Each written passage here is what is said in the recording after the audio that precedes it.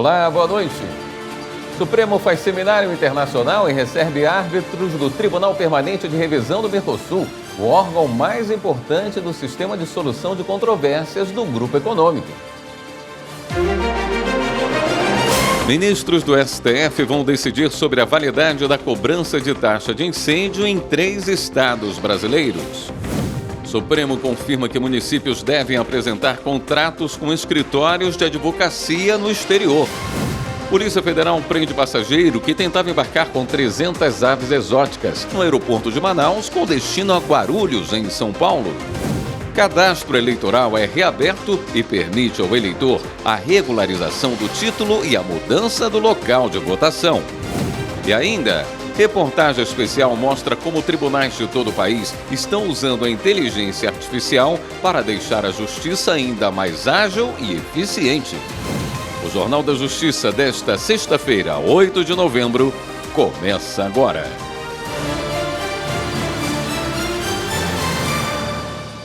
O Supremo realizou nesta sexta o Seminário Internacional, o Tribunal Permanente de Revisão do Mercosul, Relevância e Perspectivas. Em 2024, o Tribunal Permanente de Revisão do Mercosul completou 20 anos. O órgão é o mais importante do sistema de solução de controvérsias do Grupo Econômico.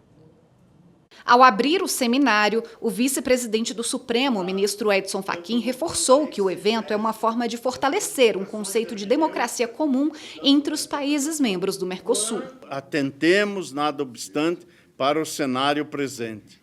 Liberdade e democracia são condições de possibilidade de um futuro habitável. Se uma onda de populismo autoritário se levanta e se um novo vírus se espalha e quer contaminar sistemas de justiça, creio que uma vacina interpela a têmpera dos tribunais, ou seja, cumpre resiliência e vigilância democrática. A ministra aposentada do Supremo, Rosa Weber, é árbitra titular do Brasil e presidente do Tribunal Permanente de Revisão do Mercosul. A ministra destacou a capacidade do TPR de contribuir para a solução pacífica de conflitos, mantendo os princípios democráticos. O que mais me cativa, e sempre enfatizo, a efetiva contribuição do Tribunal Permanente de Revisão para o imprescindível fortalecimento da democracia regional na América do Sul. Como já foi lembrado também aqui, tanto pelo ministro Fachin quanto pela embaixadora Gisela. Democracia esta reverenciada no compromisso democrático assumido no Protocolo de Ushuaia, em que proclamada como condição essencial do processo de integração, a plena vigência das instituições democráticas. O seminário foi promovido pelo Supremo Tribunal Federal em parceria com o Ministério das Relações Exteriores e o Governo Federal. A embaixadora Gisela Padovan, secretária de América Latina e Caribe do Ministério das Relações Exteriores, participou da abertura do evento ao lado dos ministros do STF. A consolidação da democracia e a construção de laços de confiança entre os países da América do Sul são as grandes, mais até do que o comércio para mim, são as grandes conquistas do Mercosul. E uma das dimensões da ampliação desse escopo original, que foi muito comercial, foi exatamente o desenvolvimento do sistema de solução de controvérsias, o assunto que nos traz aqui hoje. Ministros do STF participaram do seminário também como palestrantes. O decano da Corte, ministro Gilmar Mendes, falou sobre a aplicação do direito constitucional brasileiro aos países da América do Sul. Prevê que a plena vigência das instituições democráticas é condição essencial para o atingimento das metas propostas pelo Tratado de Assunção. Com isso, o Mercosul dá passo fundamental à integração ao garantir a abertura ao pluralismo como inegociável, o que garante o diálogo e a estabilidade do bloco, que não por acaso foram os alicerces da construção do projeto europeu. A ministra Carmen Lúcia, presidente do Tribunal Superior Eleitoral, trouxe reflexões sobre os desafios de manter processos eleitorais democráticos nos países membros do Mercosul. Ferreira Goulart tem um poema, Nós Latino-Americanos, em que ele diz: somos todos iguais. Não porque seja o mesmo que o sangue que no corpo levamos, O que é o mesmo é o modo como o derramamos. A história latino-americana nos aproxima pelas atrocidades e é preciso que a gente construa. E o próprio Mercosul foi uma tentativa de nos reconstruirmos com uma fraternidade que faz com que o sangue seja mesmo um elo de humanidade entre nós permanentemente. O ministro Alexandre de Moraes sugeriu um fortalecimento jurídico do Mercosul para a regulação das redes sociais no âmbito dos países que integram o grupo. A questão da desinformação é uma questão comercial.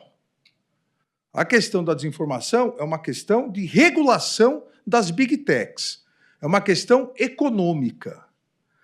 Não se trata, diferentemente do que aqueles que querem explorar economicamente a desinformação dizem, não se trata de uma questão de liberdade de expressão. Se trata de uma questão econômica. Como ganhar mais dinheiro sem ser regulado pelos países. A íntegra dos painéis apresentados no seminário pode ser assistida no canal do STF no YouTube. No mês da Consciência Negra, o Conselho Nacional de Justiça lançou o painel de monitoramento Justiça Racial, um panorama dos processos de racismo no Brasil e a atuação do Judiciário nessa questão. Acompanhe na reportagem de Carolina Chaves. A nova ferramenta lançada pelo CNJ vai permitir o acompanhamento da atuação da Justiça nas questões raciais. As informações foram extraídas da Base Nacional de Dados do Poder Judiciário, o DataJude, e se referem a casos de racismo, como intolerância e injúria racial. Os dados podem ser acessados na página do CNJ. Na parte dos processos criminais relacionados a casos de racismo e crimes correlatos, existem hoje 11.620 processos desses tipos pendentes no Brasil. 98% estão na Justiça Estadual. O perfil das vítimas é de 56,5% de mulheres e 43,5% de homens. Este ano, 4.205 casos novos chegaram à Justiça. O painel traz ainda um mapeamento sobre o quantitativo de pessoas negras servidoras do Judiciário em todas as instâncias da Justiça. Atualmente, dos quase 300 mil servidores, pouco mais de 74 mil são negros. E desse total, 2.466 são magistrados. As informações do painel vão subsidiar a implementação de políticas públicas judiciárias sobre o tema. A iniciativa é resultado da parceria com o Programa das Nações Unidas para o Desenvolvimento, PNUD, por meio dos programas Justiça 4.0 e o Justiça Plural, e tem a origem no Pacto Nacional do Poder Judiciário pela Equidade Racial. Essa semana foi dedicada à resolução consensual de conflitos em todo o judiciário brasileiro. É a 19ª edição da Semana Nacional da Conciliação, que pretende chamar a atenção para os benefícios do acordo entre as partes. As informações vêm do Tribunal de Justiça do Paraná, com a repórter Joenalva Porto. A mobilização promovida pelo CNJ em torno da conciliação conta com a parceria de todos os tribunais do país. Do Paraná, as palavras da conselheira Mônica Machado Nobre deram início à 19ª edição da semana. Nosso povo ainda necessita de ajuda para dirimir suas controvérsias. Por isso é tão importante desenvolver a consciência de que os meios adequados de resolução dos conflitos oportunizam o consenso, gerando solução duradoura e até definitiva em diversas relações humanas. Com o tema É Tempo de Conciliar, a campanha intensifica a realização de audiências de conciliação, mas reforça que a conciliação está disponível para todos diariamente e pode ser realizada em qualquer parte do processo. Essa Semana da Conciliação é muito importante, não só a Semana da Conciliação, mas como também todos os dias para que as partes possam vir, sentar, conversar, entender o que está acontecendo, porque muitas vezes elas querem uma solução, mas elas não conseguem chegar a essa solução porque falta uma conversa, uma palavra, abrevia-se o processo. Então, um processo que poderia se arrastar por anos, numa conversa, numa construção, num diálogo saudável, respeitoso, pode se resolver. As partes ou o advogado podem indicar que desejam encerrar o litígio por meio de uma audiência de conciliação. Desta forma, os processos podem ser resolvidos de forma mais rápida, como aconteceu nesta audiência, em que as partes conseguiram chegar a um acordo. Valeu a pena ter vindo para resolver isso aí. Quanto mais rápido, melhor é para a gente, né? Você não fica esperando tanto tempo. Sempre é bom porque é uma situação que foi resolvida e está pacificada. Eram 2 processos que se arrastavam aí já há mais de 2 anos e poderia levar mais alguns anos para ter a solução do litígio, e conciliar também é fazer justiça, né? A seguir, STF divulga balanço das condenações de pessoas pelos atos antidemocráticos de 8 de janeiro.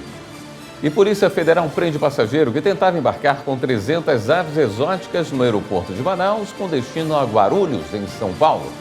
Voltamos já.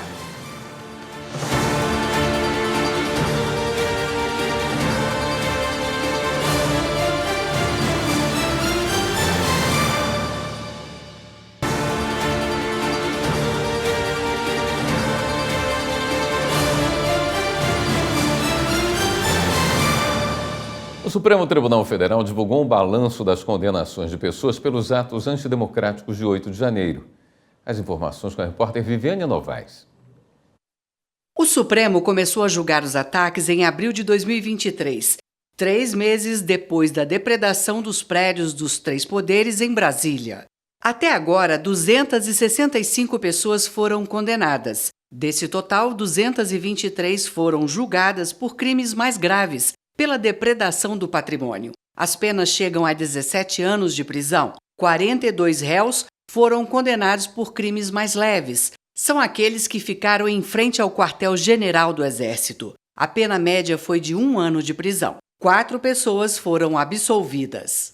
Além disso, foram feitos 476 acordos de não persecução penal com a Procuradoria-Geral da República. Nesses acordos, os envolvidos assumiram a culpa e não responderam a uma ação penal, mas devem pagar multa e fazer um curso de democracia. Nesta sexta-feira, o STF começa a julgar mais 15 réus pelos atos de 8 de janeiro. A votação no plenário virtual termina no próximo dia 18. O Ministério Público de Santa Catarina denunciou 18 suspeitos por envolvimento em crimes na Grande Florianópolis em outubro. Eles são acusados de tráfico de drogas, roubo e incêndio. Segundo o MP, o grupo criminoso montou barricadas com fogo e incendiou carros e um ônibus, bloqueando 21 pontos da cidade para gerar pânico e prejudicar a segurança pública. Todos os denunciados estão presos preventivamente. E o Ministério Público Federal conseguiu a condenação de um homem acusado de usar documentos falsos em processos de formação de vigilantes na Paraíba. Repórter Márcio Fontinelli. A partir da denúncia e das provas apresentadas pelo Ministério Público Federal, um homem foi condenado pela Justiça por estar envolvido em um esquema de emissão de laudos e documentos falsos para a formação de vigilantes na cidade de Patos, na Paraíba. O réu foi sentenciado a 3 anos e 5 meses de prisão por emitir pelo menos 234 atestados psicológicos falsos que eram usados para qualificar os candidatos a vigilantes. O crime aconteceu entre 2021 e 2023. O rapaz cobrava cerca de R$ 100 por documento. Polícia Federal prende homem que embarcaria ilegalmente com 300 aves silvestres. Polícia desarticula a organização que usava nomes de autoridades e escritórios para aplicar golpes virtuais. Presos envolvidos no roubo de defensivos agrícolas em Minas Gerais e São Paulo. Vamos conferir. A Polícia Civil de Goiás desmantelou uma associação criminosa especializada no roubo de defensivos agrícolas. A ação ocorreu após assalto em janeiro de 2023 em uma empresa em Jataí, Goiás, quando criminosos armados mantiveram funcionários sob cárcere privado para roubar defensivos agrícolas avaliados em mais de R$ 1,5 milhão de reais. A polícia identificou 7 suspeitos em São Paulo e Minas Gerais. Com os mandados expedidos pela Justiça, a polícia cumpriu 5 mandados de prisão e 9 mandados de busca e apreensão em São Paulo e Minas Gerais. Em Mogi Guaçu, no estado paulista, a ação resultou na apreensão de uma arma de fogo, 100 munições, um colete para proteção de balas, placas de carros, um rastreador, 2 notebooks, 2 aparelhos celulares. O investigado foi preso em flagrante por posse ilegal de arma de fogo. A Polícia Civil do Distrito Federal desarticulou uma organização criminosa que usava nomes de autoridades do alto escalão e de escritórios de advocacia para aplicar golpes virtuais. De acordo com as investigações, as vítimas eram induzidas a transferir para a conta de uma pessoa física valores das custas para o levantamento de alvarás e recebimento de valores disponíveis em supostas vitórias em ações judiciais. Eles utilizavam números de processos reais e se passavam por advogados que atuavam nas causas. Com apoio das polícias do Ceará e de Pernambuco, foram cumpridos 12 mandados de busca e apreensão em Fortaleza e Recife. A Polícia Federal prendeu, após denúncia, um passageiro que tentava embarcar com 300 aves exóticas, canários da terra, no Aeroporto Internacional de Manaus, no Amazonas. As aves estavam amontoadas dentro de gaiolas em 3 malas que estavam com o passageiro e tinha como destino final o aeroporto de Guarulhos, em São Paulo. O homem foi preso em flagrante, conduzido à Superintendência Regional da Polícia Federal, que vai responder por delitos previstos na Lei de Crimes Ambientais. As aves foram encaminhadas aos órgãos ambientais para tratamento e depois inseridas na natureza. Os Correios vão ter que reintegrar um carteiro dispensado por justa causa porque faltou muito ao trabalho sem justificativa. Ficou comprovado no processo que ele era alcoólatra. E segundo a jurisprudência do Tribunal Superior do Trabalho, a doença não é considerada desvio de conduta. Repórter Larissa Batista. O carteiro foi demitido após 13 anos nos Correios. Na ação trabalhista, ele alegou que a empresa tinha conhecimento de internações a que se submeteu para tratar o alcoolismo, mas não o encaminhou ao INSS para a concessão de benefício previdenciário ou de aposentadoria por invalidez. Em defesa, a empregadora justificou que tentou ajudar na recuperação do empregado, com a inclusão do carteiro durante 8 anos em um programa interno para dependentes de álcool e drogas. De acordo com os Correios, suspensões disciplinares foram aplicadas, mas não tiveram o efeito educativo esperado. Além disso, em processo administrativo, o profissional não teria justificado as mais de 200 faltas ao trabalho. O pedido de reintegração ao emprego foi aceito pelo Juízo de Primeiro Grau e pelo Tribunal Regional do Trabalho da Terceira Região em Minas Gerais. Também foi fixada a indenização de R$ 5.000 por dano moral. A conclusão foi que o carteiro estava inapto para o trabalho e a doença foi determinante para as faltas que resultaram na demissão. No Tribunal Superior do Trabalho, a segunda turma não aceitou o recurso dos Correios para manter a justa causa.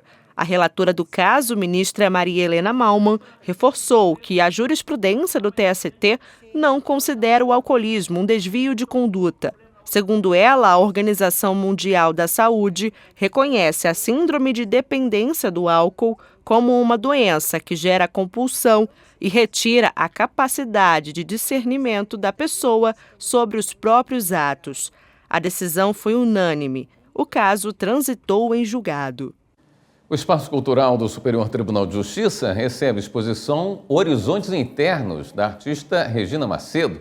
O repórter Jáfer Araújo mostra pra gente.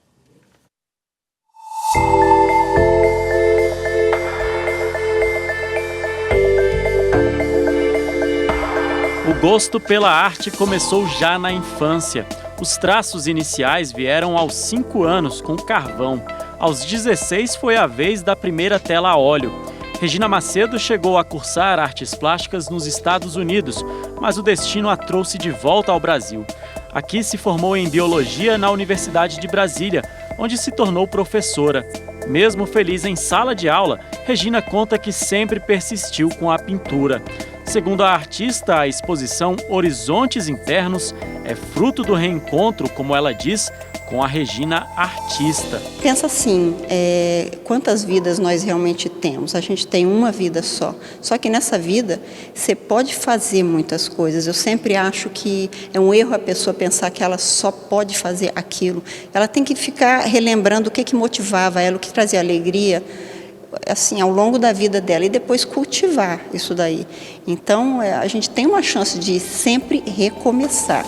Mesmo nessa nova fase, Regina Macedo transferiu para as obras boa parte da experiência que teve na biologia. A natureza é algo que não só sustenta todos nós, mas que você sabe, do jeito que as coisas estão, pelo andar da carruagem, que o ser humano não se motivar a conservar o que tem, a nossa espécie estava também fadada à extinção. Primeiro vão eles, mas a gente também.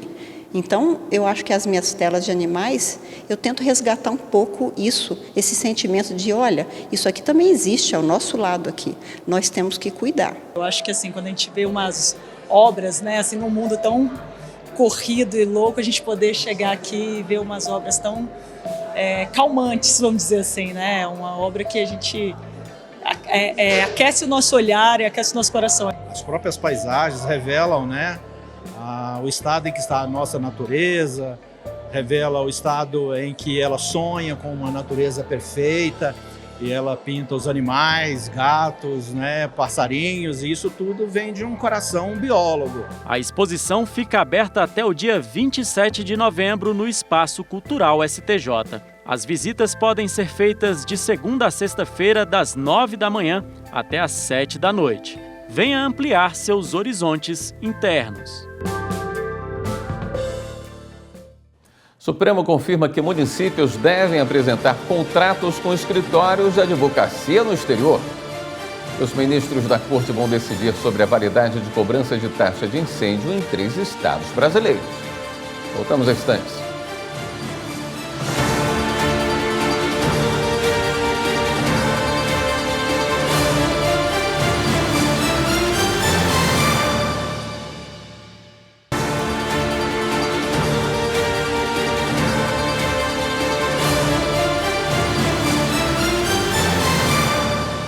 O Supremo Tribunal Federal confirmou que municípios de Minas Gerais, Espírito Santo e Bahia que tenham ações judiciais de reparação de danos em andamento fora do Brasil apresentem os contratos firmados com escritórios de advocacia no exterior.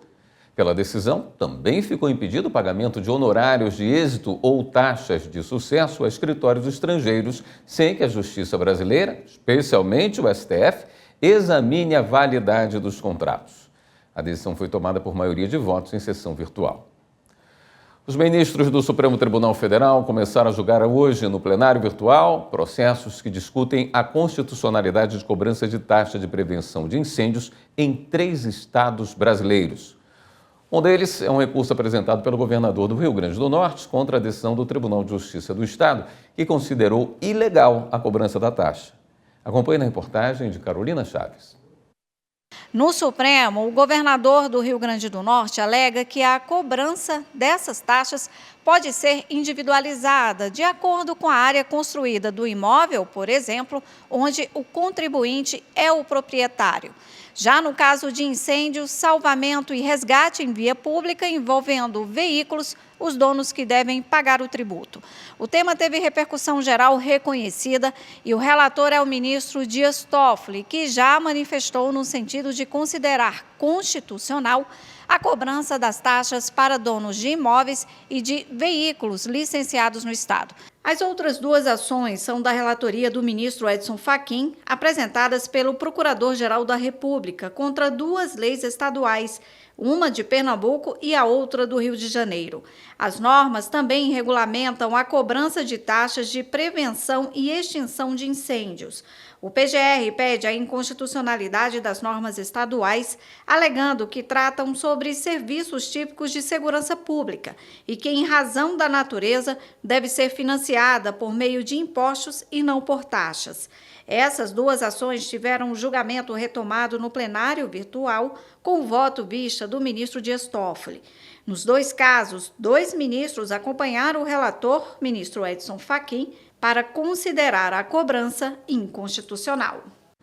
O Supremo validou a lei de perícia e reafirmou o porte de arma peritos. Os detalhes com a repórter Marta Ferreira. Os processos tratam de criação de órgão vinculado à Polícia Civil, de porte de arma de peritos e da classificação de profissionais de carreira. O primeiro caso questiona a lei do Estado do Maranhão, que institui órgão de perícia oficial subordinado à Polícia Civil, conferindo-lhe autonomia administrativa e financeira. A segunda ação contesta a lei federal que regulamenta a perícia oficial brasileira. A última discute lei do Estado do Rio Grande do Sul, que trata sobre o porte de arma de fogo por servidores do Instituto Geral de Perícias, órgão da Secretaria da Segurança Pública do Estado. O julgamento foi retomado com o voto vista do ministro Alexandre de Moraes. No agravo como houve também o reajuste do ministro André, a partir dos debates, na verdade o reajuste não, né? Uma construção conjunta nossa a partir dos debates, também acompanho, então, o relator no sentido de prover o agravo para prover parcialmente o recurso extraordinário, concedendo a interpretação conforme, como já anotado. Já temos a redação. E na ação direta 7627, de relatoria da ministra Carmen Lúcia, também acompanho Sua Excelência, julgando procedente a ação direta para declarar a inconstitucionalidade da Lei 12.786, com essa observação que aos peritos criminais se aplica a possibilidade do porte de arma nos termos da legislação nacional e, entre parênteses, Estatuto do Desarmamento, Lei do SUSP e o decreto já citado também, o artigo 7º do decreto. No final, o plenário validou a lei federal por entender que a norma trata do exercício da perícia e não do cargo. Sobre a questão orçamentária e financeira da perícia no estado do Maranhão, os ministros mantiveram a lei para determinar que a perícia terá recursos além de gestão administrativa e financeira. Quanto ao porte de arma de fogo, o plenário decidiu que o estado do Rio Grande do Sul não pode legislar sobre a matéria. Ficou estabelecido que o porte funcional de arma para peritos criminais deve seguir a legislação federal, como o Estatuto do Desarmamento e outras normas que regulamentam o tema. O STF decidiu nesta quinta-feira que uma lei de São Paulo que permitia a indicação de juízes para cargos sem concurso é inconstitucional. Essa lei dava ao Conselho Superior da Magistratura o poder de indicar juízes para os departamentos de inquéritos policiais e de execução criminal, sem usar os critérios de antiguidade e merecimento exigidos pela Constituição. Evne Araújo. O ministro Dias Toffoli, relator do caso, afirmou que a lei paulista desrespeita a Constituição, que exige critérios de antiguidade e mérito para o acesso de magistrados a esses cargos, e que a remoção de um juiz sem seu consentimento compromete a independência e a imparcialidade do judiciário. Apesar de o Tribunal de Justiça de São Paulo já ter ajustado o critério de designação dos juízes por meio de resolução, Dias Toffoli disse que é preciso declarar a inconstitucionalidade da lei. Para evitar uma mudança repentina no funcionamento dos departamentos, os ministros decidiram ainda que a decisão terá efeito somente 24 meses após a publicação, para evitar insegurança jurídica. Os ministros Luiz Roberto Barroso, Flávio Dino e Alexandre de Moraes votaram parcialmente contra a decisão, com Moraes considerando as normas válidas. Mais uma turma de estudantes foi recebida no Palácio da Justiça do Rio Grande do Sul para vivenciar a realidade do judiciário. Repórter Paulo Marcon conta como foi. Desde 2004, o programa Formando Gerações recebe estudantes de escolas públicas e privadas de Porto Alegre e região metropolitana no Memorial do Judiciário no Palácio da Justiça. Até o momento, já foram mais de 16 mil estudantes que tiveram a oportunidade de participar do projeto.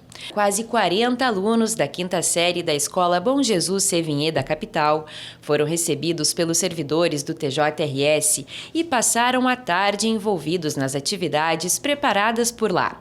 Eles aprenderam sobre cidadania, direitos e deveres, além de conhecer o funcionamento dos 3 poderes e o papel do executivo, legislativo e principalmente do judiciário.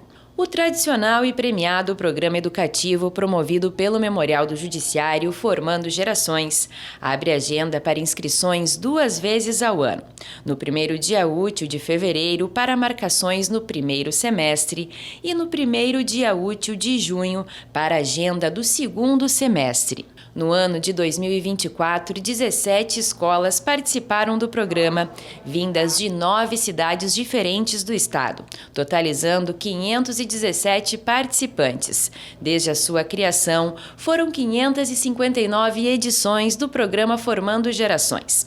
As escolas e instituições interessadas em agendar a participação para o ano de 2025 devem encaminhar um e-mail ao memorial@tjrs.jus.br para inscrição a partir de 3 de fevereiro de 2025. A seguir, STF faz audiência pública para discutir os impactos das chamadas BETs. E ainda, cadastro eleitoral é reaberto e permite ao eleitor a regularização do título e a mudança do local de votação. Voltamos já.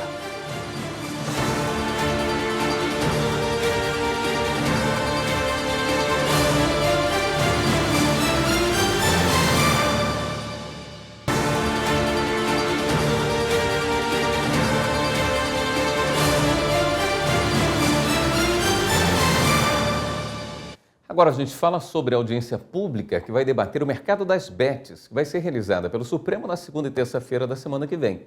A audiência foi convocada pelo ministro Luiz Fux, relator das ações que tratam da questão. Os detalhes com a Eveline Araújo. Uma das ações é da CNC, a Confederação Nacional do Comércio de Bens, Serviços e Turismo. A outra é do Partido Solidariedade. São as ADIs 7721 e 7723. Elas questionam a lei dos jogos online, a lei das bets, aprovada no ano passado pelo Congresso Nacional. A lei regulamenta o mercado de apostas esportivas na internet. O ministro Luiz Fux é o relator das ações diretas de inconstitucionalidade e convocou a audiência pública. O ministro quer ouvir de especialistas argumentos técnicos sobre os efeitos econômicos e também as consequências na saúde mental dos apostadores. Na ação, a CNC alega que a lei aumentou o nível de endividamento e comprometeu a renda e o orçamento das famílias. Para a Confederação, a legislação pode acabar incentivando o vício nos jogos.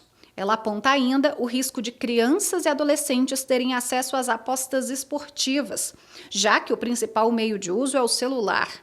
A CNC pede que o Supremo suspenda a eficácia da lei e que considere a inconstitucionalidade do texto na íntegra. O Partido Solidariedade tem os mesmos argumentos e acrescentou que famílias que recebem benefícios sociais, como o Bolsa Família, têm usado o dinheiro nesse tipo de aposta.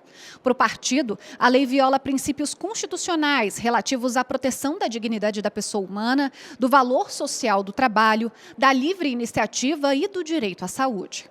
A lei das bets determina que empresas e apostadores paguem impostos sobre o valor do faturamento e dos prêmios, estabelece regras para a exploração do serviço e define como o dinheiro arrecadado com a tributação tem de ser distribuído.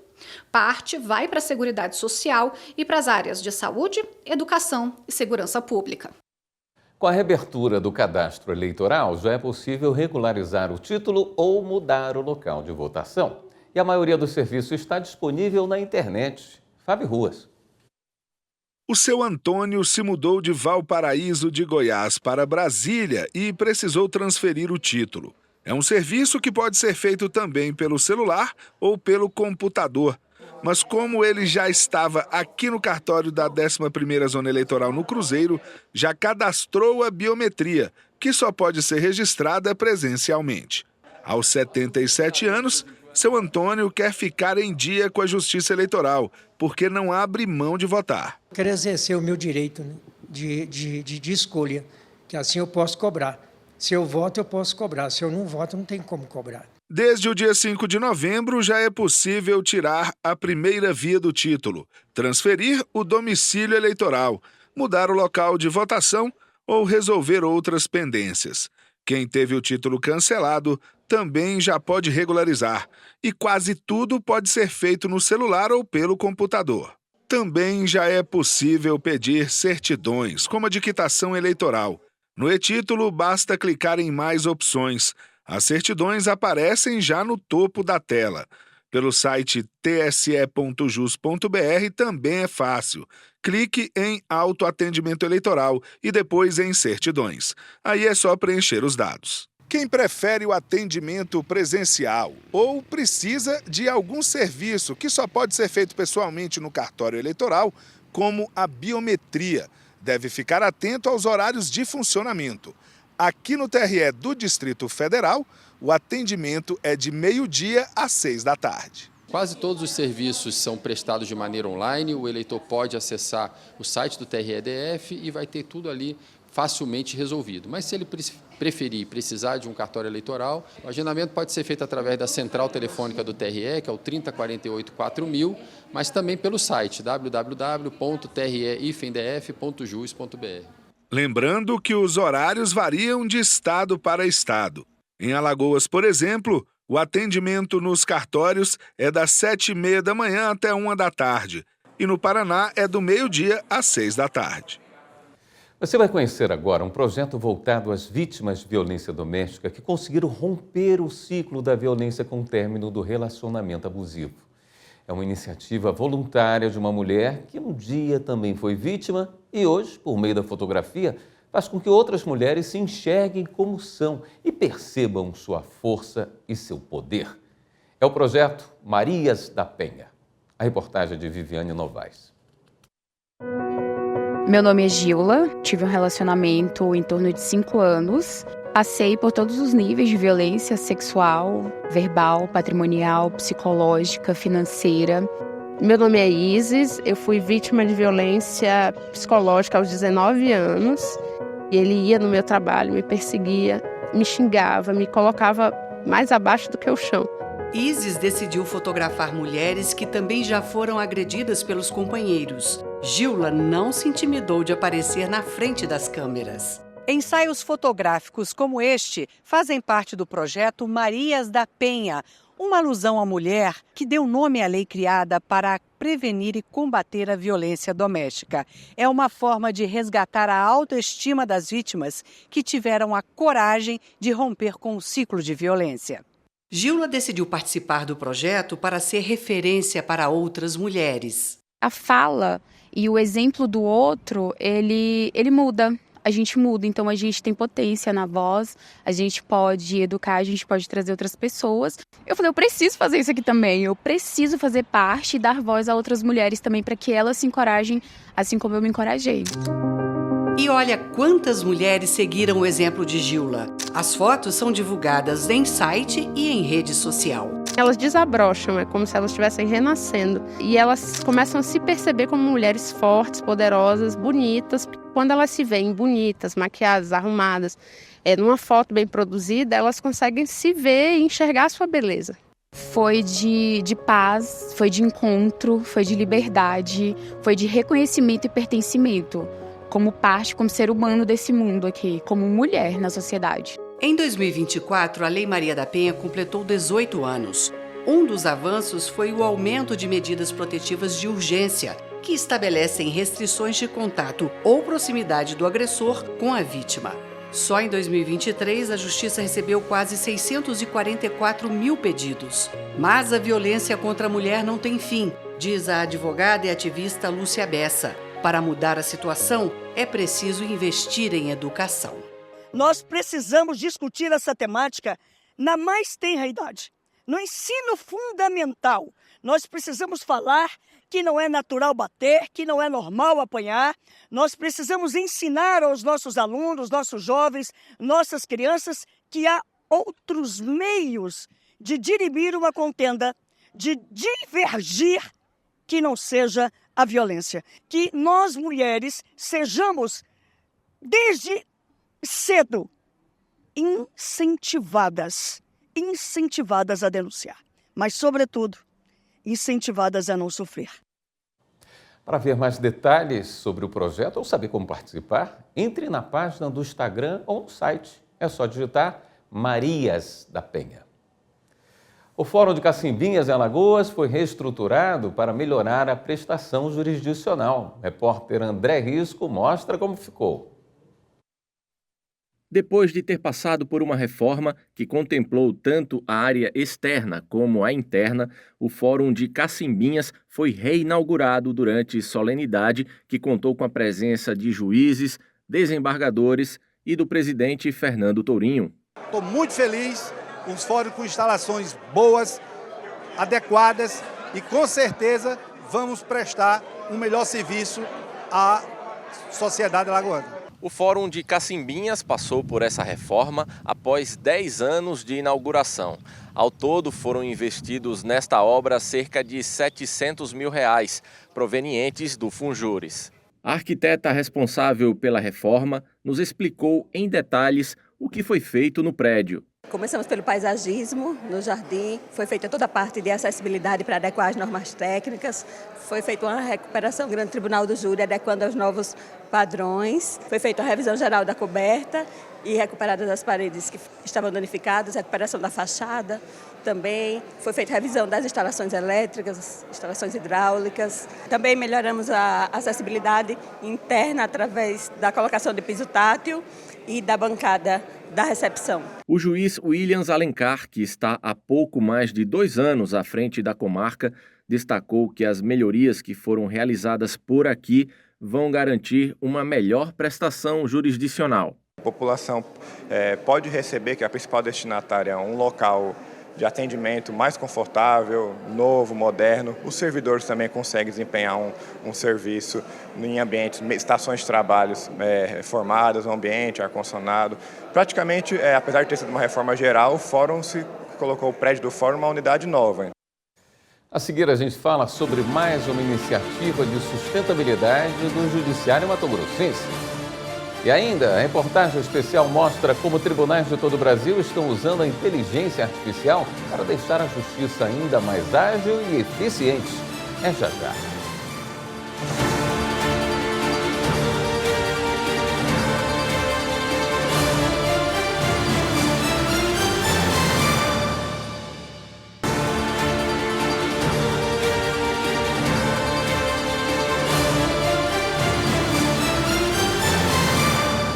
O Ministério Público Federal acionou a Justiça para cobrar melhorias no atendimento no Hospital Veterinário da Universidade Federal de Sergipe. As informações com Márcio Fontinelli.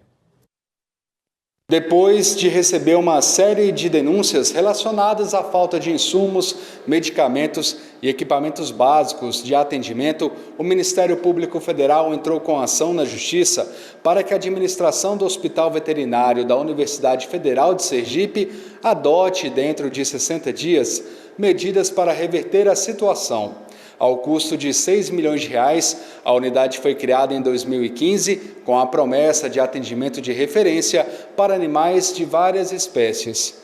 Mas, mesmo tendo recursos disponíveis, de acordo com o MPF, o Hospital Veterinário não tem prestado o mínimo de apoio ao público-alvo.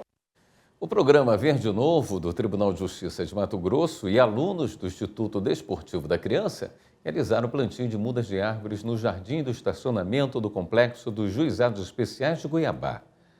Uma atividade que promove o aprendizado e conscientização ambiental, além de contribuir com a arborização da cidade. Veja na reportagem de Carlos Celestino. A turminha de alunos do Instituto Desportivo da Criança chegou animada no complexo dos Juizados Especiais de Cuiabá para participar da atividade ambiental do programa Verde Novo do Poder Judiciário de Mato Grosso. Aqui eles assistiram uma palestra e conheceram o trabalho realizado pelo Juizado Volante Ambiental, que repassou ensinamentos sobre legislação do meio ambiente, os cuidados com a natureza e os benefícios de uma cidade arborizada. Hoje nós fizemos uma oficina completa de arborização, né, desde a parte de conscientização ambiental, mostrar para as crianças quais são os benefícios prestados pelas árvores, os serviços ambientais que elas prestam, até a parte da aprender a fazer o plantio mesmo da forma correta. Então a ideia dessa ação hoje do programa Verde Novo é buscar um pouco mais de consciência ambiental para aquelas pessoas que realmente são multiplicadores de conhecimento, que no caso aqui a gente sabe são as crianças que aprendem hoje e levam isso para a vida toda. No jardim do estacionamento, os pequenos realizaram o plantio de 20 novas mudas de árvores, espécies nativas, em torno do estacionamento. Foi muito legal, aprendi a plantar árvore e eu posso plantar na minha casa. Foi muito fácil, né? Você tira assim a planta e tira a raiz dela e aí começa a plantar, joga a terra, aí depois a água. É uma oportunidade, né, para eles que não tinham vindo aqui, não tinham essa vivência, né? É importante para eles porque eles hoje aprenderam um pouquinho como plantar, a importância do meio ambiente, a questão das árvores, do plantio, desses cuidados. Na pista da rampa de pedestres também foram plantadas mudas de árvores. Essas árvores que foram plantadas hoje é para beneficiar as pessoas que vêm ao complexo com um ônibus que desce lá na rua e sobe toda essa rampa aqui a pé no sol quente. Então, o nosso planejamento era que essas árvores aqui atendessem essas pessoas. Tribunais de todo o Brasil estão usando a inteligência artificial para deixar a justiça mais ágil. E o Superior Tribunal de Justiça é um deles. A repórter Samanta Peçanha mostra como a inteligência artificial vem mudando a forma como o tribunal trabalha. Hoje vamos falar sobre uma inovação que está transformando o judiciário brasileiro, a inteligência artificial. Nos últimos anos, a tecnologia tem sido uma aliada poderosa na melhoria da eficiência e na aceleração dos processos nos tribunais de todo o país. Vamos conferir como essa revolução está acontecendo, especialmente no Superior Tribunal de Justiça. O início dessa matéria foi feito utilizando inteligência artificial, desde o texto até a narração. Inclusive, esse cenário que estou aqui agora foi feito com inteligência artificial. E não tem como negar que ela vem sendo utilizada cada vez mais por diversas áreas, inclusive pelas cortes brasileiras. De acordo com dados de 2023 do levantamento anual do Conselho Nacional de Justiça, 62 tribunais usam inteligência artificial. Esse número corresponde a 66% das cortes do país. São 140 projetos desenvolvidos ou em desenvolvimento. E o STJ é pioneiro quando o assunto é inteligência artificial. Foi o primeiro tribunal a ter uma assessoria especializada no tema. Então vamos falar sobre essas tecnologias, começando pelo Atos. A plataforma permite uma pesquisa jurisprudencial altamente assertiva ao mostrar casos semelhantes julgados pelo STJ com o resultado do julgamento. Já o Corpus 927 serve para consolidar em um só local as decisões vinculantes do STF, do STJ e a jurisprudência aqui do tribunal. O sistema compara o teor de todas as decisões, formando grupos de similaridade. Dentro dos grupos, o acórdão mais similar em relação aos outros é identificado e exibido como paradigma. E ainda tem os modelos eJuris, SJD, Indexação Legislativa e Sócrates 2, que são treinados a partir de exemplos para extrair referências legislativas e outras informações de interesse em documentos jurídicos. E além desses, existem vários outros projetos em curso. Inclusive, o STJ tem mais de 30 acordos de cooperação técnica para repasse de conhecimento de inteligência artificial. E o impacto desses acordos é enorme. Um exemplo é a parceria com a Advocacia Geral da União, AGU, que deixou de enviar ao STJ mais de 2 milhões de processos. Já com o Tribunal Regional Federal da Primeira Região, o acordo foi o pontapé para a criação de uma inteligência própria. Nós já havíamos manifestado interesse em firmar esse acordo para a transferência de conhecimento da ferramenta Atos e nós firmamos, já realizamos 2 reuniões e já começamos a desenvolver uma solução. A gente vê com bons olhos o futuro da solução aqui no TRF. Várias discussões e vários cálculos, de quando que o que nós chamamos de superinteligência artificial vai estar disponível. O fato é que isso é um mecanismo em construção, que dialoga com maior acessibilidade aos dados, melhor qualidade de dados, maior poder de processamento, maior poder de armazenamento. Então veja, à medida que todos esses pilares tecnológicos eles vão sendo construídos e disponibilizados, você tem mais recursos para alcançar esse novo estado da arte. E por mais que essas ferramentas de inteligência artificial, ou IA, permitam que computadores e máquinas simulem a inteligência humana, aqui no STJ, elas vêm para somar e não nos substituir.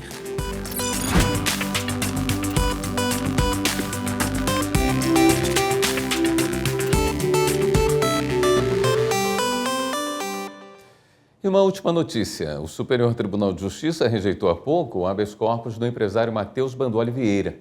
Ele foi preso preventivamente no mês passado após constatação de que pacientes transplantados no Rio de Janeiro receberam órgãos infectados com HIV por erros em testes de laboratório. Matheus Vieira é um dos sócios do laboratório apontado pelo Ministério Público do Rio como a empresa responsável pelos erros. Para o presidente do STJ, ministro Herman Benjamin, o julgamento de mérito desse pedido deve ser feito primeiramente pelo Tribunal de Justiça Estadual, sendo inviável a intervenção da Corte Superior nesse momento processual. Essa edição do Jornal da Justiça fica por aqui. Um bom fim de semana para você. Até segunda.